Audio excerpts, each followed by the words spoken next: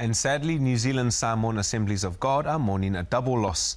Dr. Sa Mani Pulepule and his wife Sa Papali'i Pulepule have both passed away. They've both been active leaders at the highest levels in the church and will be missed.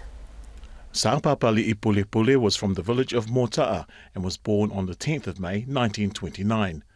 Alongside her husband, Dr. Sa Mani Pulepule, she helped guide and steer the growth of many Assembly of God churches both in New Zealand and across the world. She passed away on the 21st of May this year at the age of 84. 3 days after her burial, Dr. Sa Mani Pulepule passed away. His contribution to the Assembly of God Church has been his life work. He served as the chief apostle of the Samoan Assemblies of God in New Zealand for more than 40 years and was also the worldwide chairman of the Samoan Assemblies of God worldwide. Born in 1923 in the village of Solosolo, Dr. Sa Mani Pulepule is also from Saluafata. In 2010, he received an honorary doctorate from the Agape Bible College.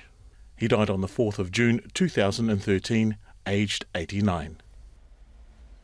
Manuia Lelua Malanga, our thoughts are with both Ainga during this sad time.